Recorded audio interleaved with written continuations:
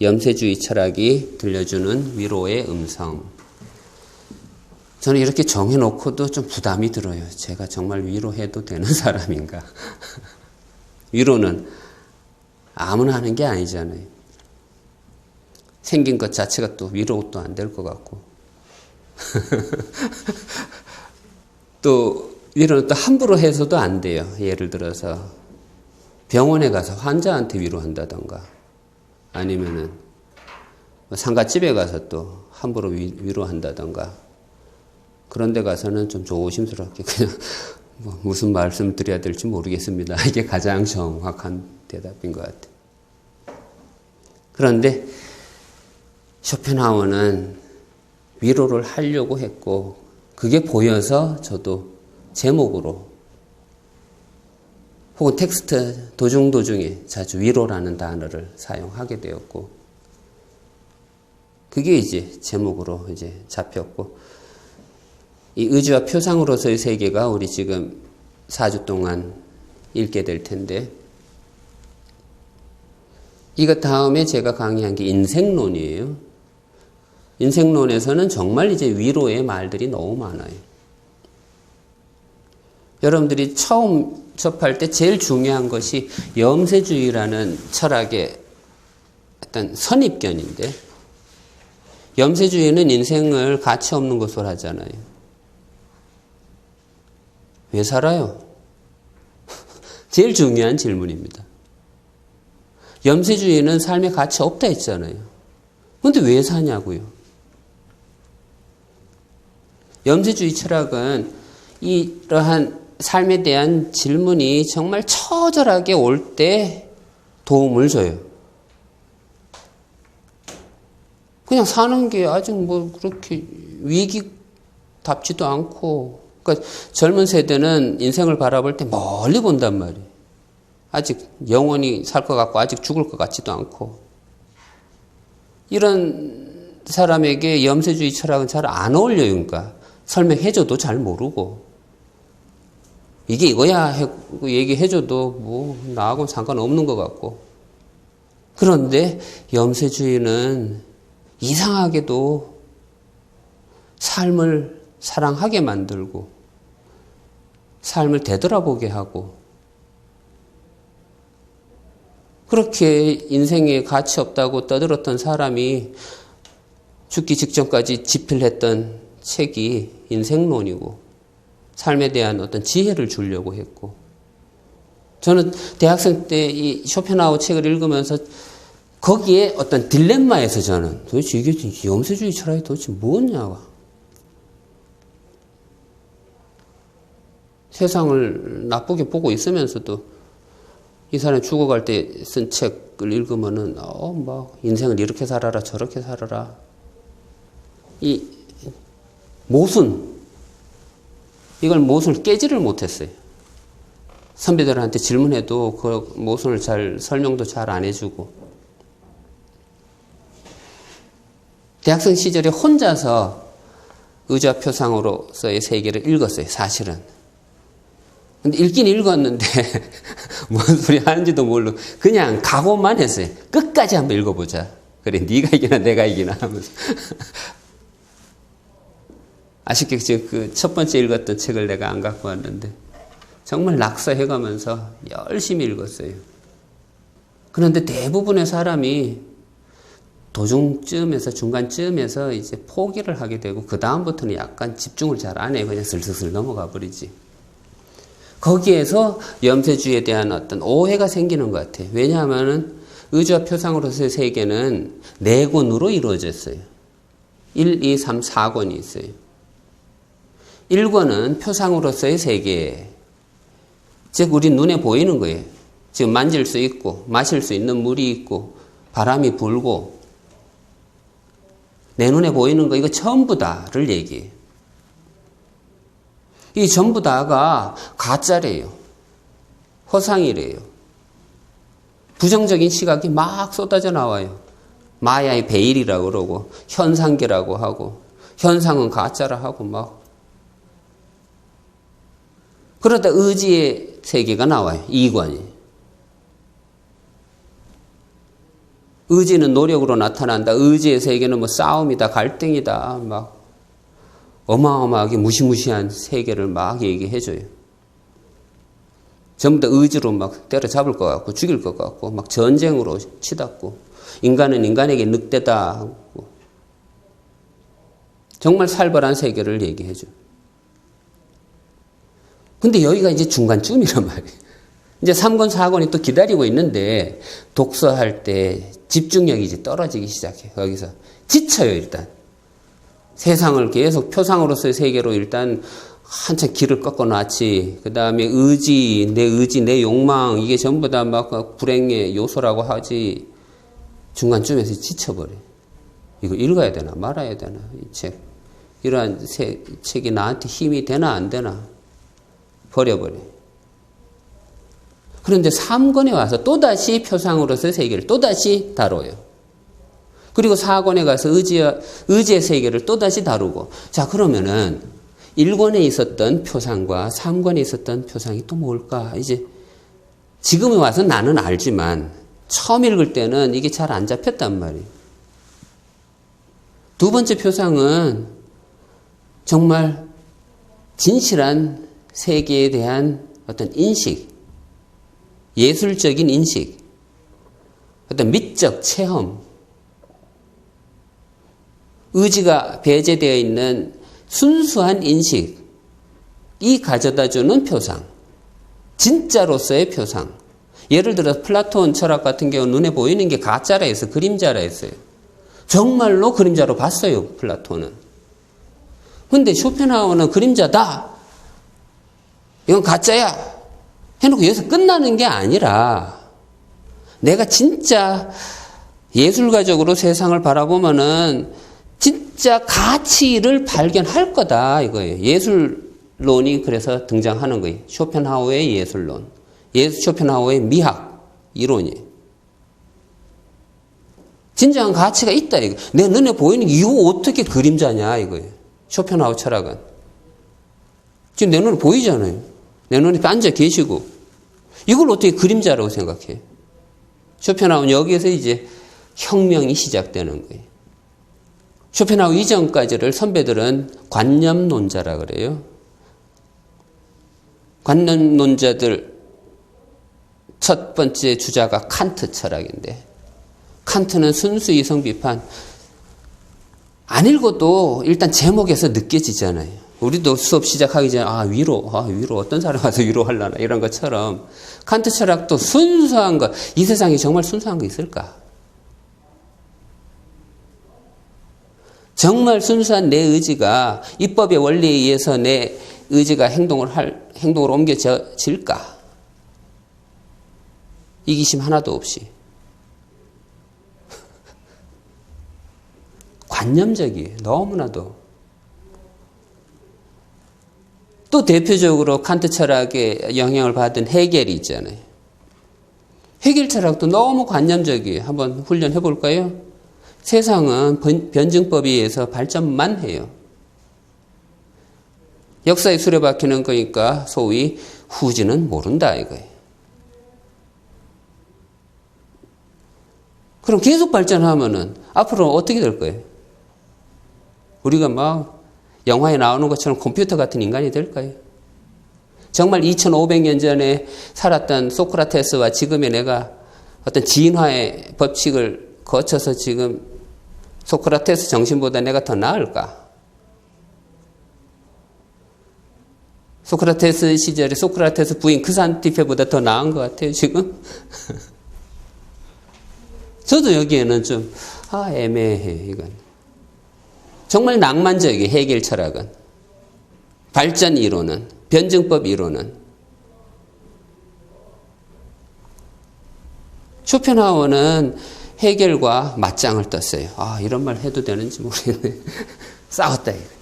같은 시간에 강의 배정을 했어요. 의도적으로 그것도. 저는 공부하면서 좀 심리적으로 접근을 하려고 하는 경우가 있어요. 그냥 제 본능이에요. 왜 그랬을까?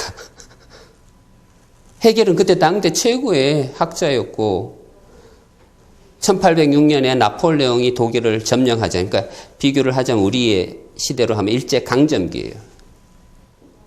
1806년에 예를 들어서 한일 합방이 이루어지는 거예요. 경술국치가 이루어지는 거예요. 독일인 입장에서 보면은 정말 자존심 깎이는 상황이에요. 이런 상황에서 헤겔이라는 명학자가 등장해갖고 역사는 발전할 거야. 지금은 우리가 이 위기에 처해 있지만, 남의 나라의 정치를 받고 있지만 내일은 달라질 거야. 정반합의 법칙에 의해서. 어마어마하게 힘을 줬겠죠. 정신현상학이 발표되는 해가 1807년이에요. 1806년에 나폴레옹이 지배를 했어요. 정신현상학이 독일인에게 던져주었던 희망의 메시지는 발전이었어요. 내일은 더 나을 거다. 어마어마한 희망을 걸었을 거고, 낭만주의 철학의 어떤 아우라를 달고서 황제처럼 군림했겠죠. 이러한 헤겔의 맞짱을 떠서 쇼펜하우어가 같은 시간에 그것도 염세주의 철학을 강의를 해요. 정말 이거는 싸움이에요. 싸움. 이쪽이 낙천주의 철학이라면은 변증법에 의해서 발전만 한다 그랬다면, 이쪽은 염세주의. 염세주의. 제가 성질이 급해갖고 글씨를 잘 못 쓰니까 이해해 주세요. 다 알아듣도록. 염세주의, 다른 말로 하면은 제일 나쁜 거, 제일 나쁜 거. 적당히 나쁜 게 아니라 제일 나쁜 거. 옵티멈, 가장 좋은 거예요. 낙천주의. 자동차 이름에도 뭐 옵티마가 있어요. 제일 좋은 거예요. 최상급이에요. 둘이 같은 시간에 역사적인 사건이 벌어지는 거니까, 한쪽에서는 헤겔 철학, 한쪽에서는 쇼펜하우어 철학, 한쪽에서는 낙천주의 철학, 한쪽에서는 염세주의 철학. 비슷한 말이란 비관주의라고 해도 되겠죠. 살아서 뭐해 이런 세상. 이쪽은 세상이 이성으로 이루어졌다. 이성적인 것은 현실적인 것이고, 현실적인 것은 이성적이다. 유명한 어떤 명제예요.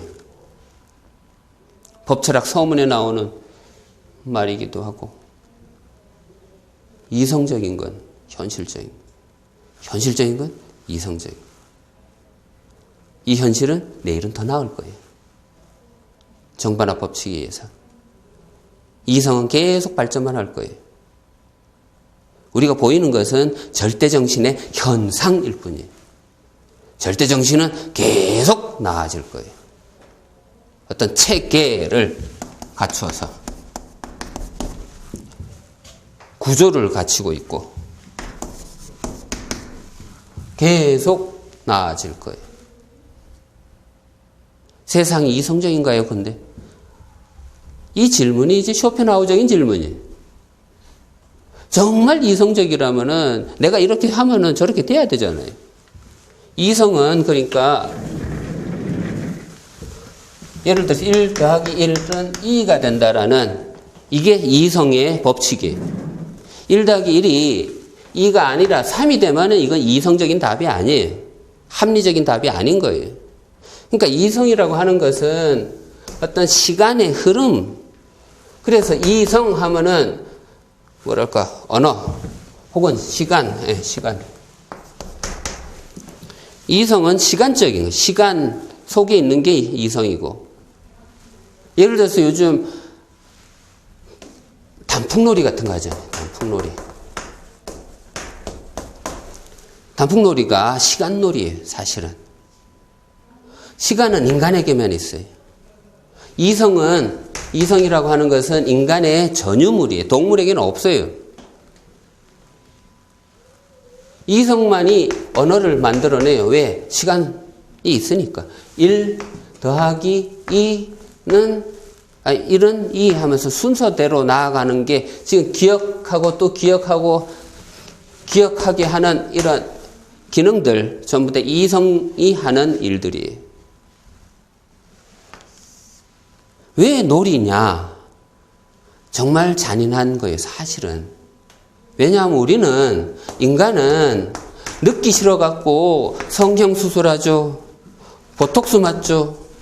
늙기 싫어갖고 발악을 하고 있는데, 단풍은 놀이로 생각해요. 정말 잔인한.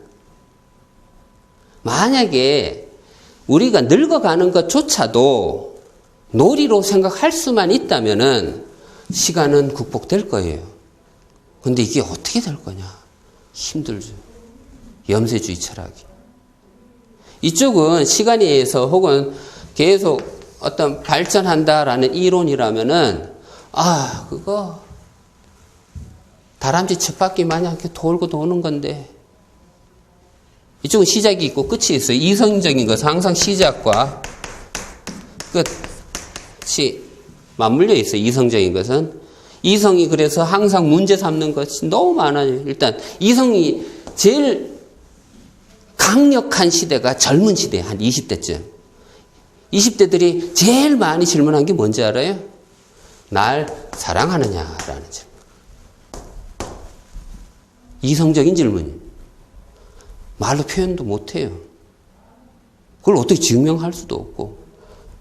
또 이성적인 사람이 가장 많이 질문 던지는 게 시간에서 태초에 뭐가 있었을까? 인간만이 던지는 문제예요. 아니면은 종말이 있다는데 세상 끝에는 뭐가 있을까?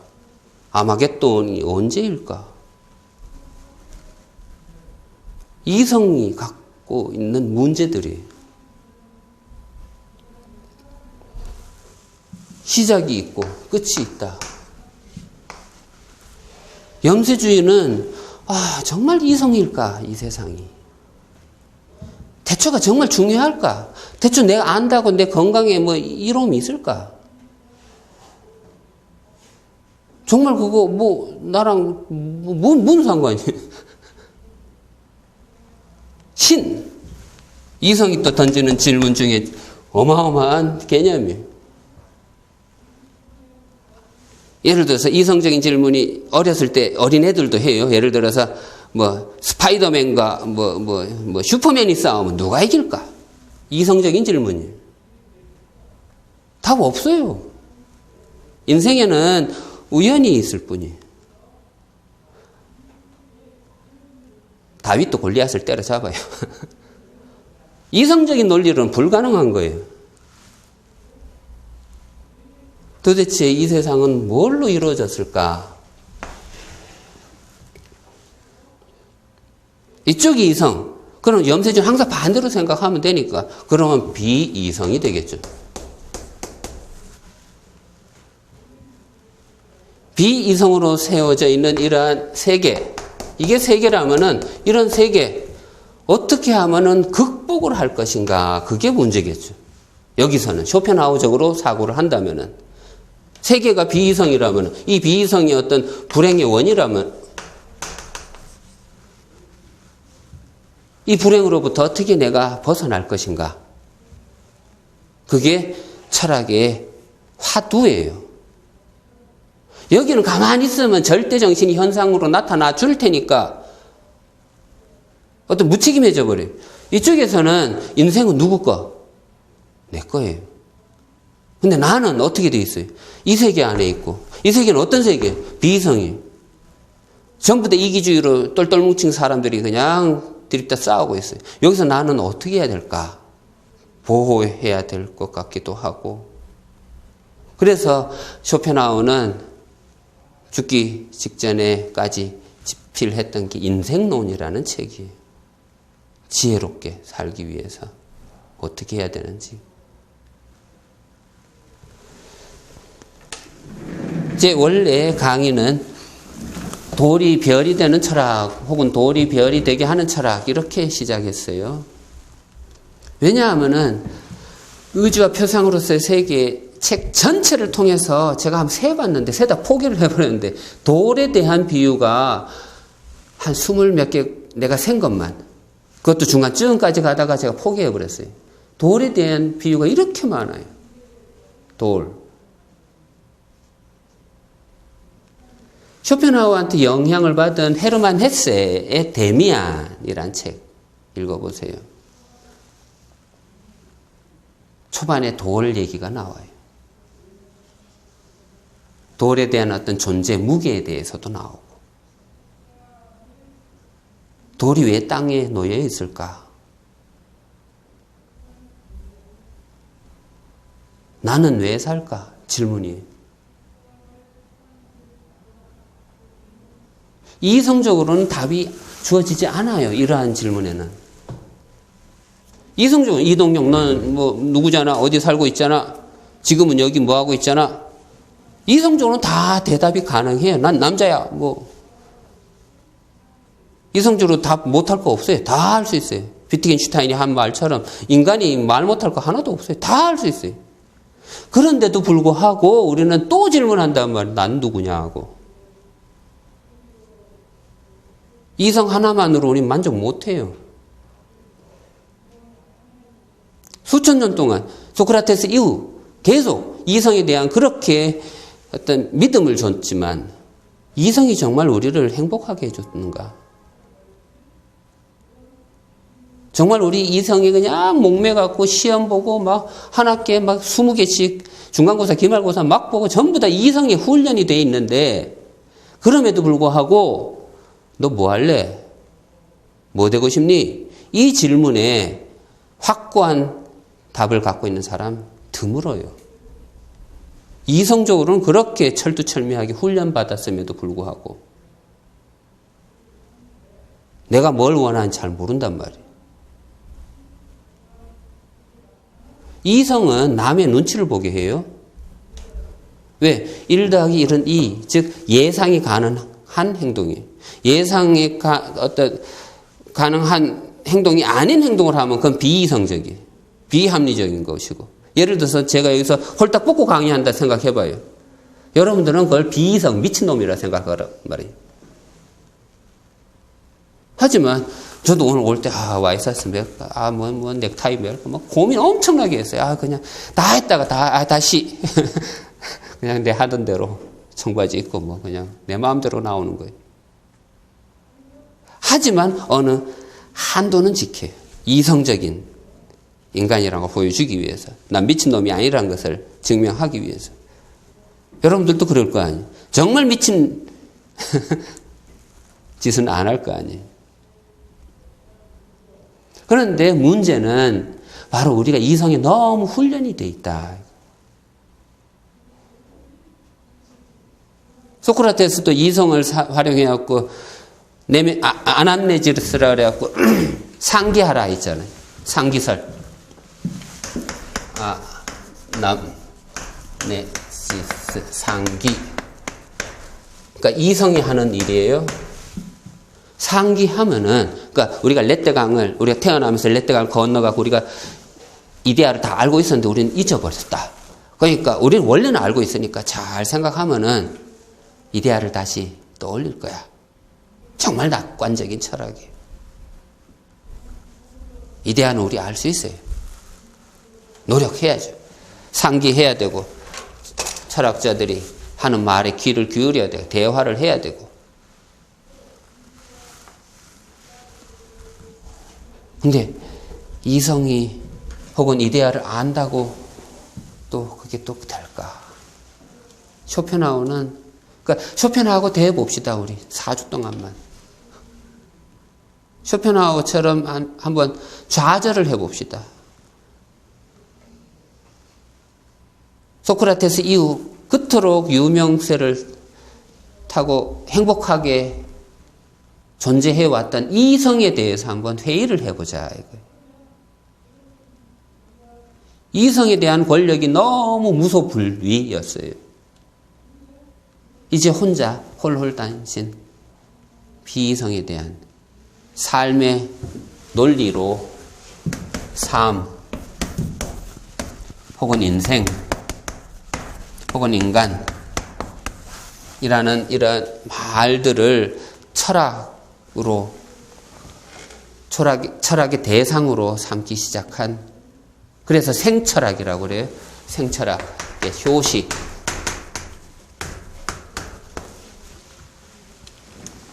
인생은 논리로 해결이 안 돼요. 그건 확실해요. 1 더하기 1은 2다. 될 것 같죠? 예를 들어서 대학생들한테 전 정말 충고 많이 하는데 대학 졸업하면 취직 되는 줄 알아요. 1학년 지나면 2학년 되고 2학년 되면 3학년 되고 이거 이렇게 되다 보니까 이게 이성적으로 생각하고 졸업되면 뭐 되는 줄 알아요. 아니면 결혼하면 애기 낳고 뭐 하고 이성적으로 다 될 것 같아요. 그렇게 이성적으로 살다가 정말 인생 다 끝나고 이제 인생이 기회였는데 그 기회 다 놓치고 정말 한 70세쯤 돼갖고 인생을 되돌아볼 때 어떨 거예요? 어떤 생각을 할 거면? 정말 다람쥐 쳇바퀴처럼 주어진 내 육체를 이용해갖고 열심히 돈 벌다가 인생이 끝나갈 때쯤 그 돈 바라보면서 위로할 거예요?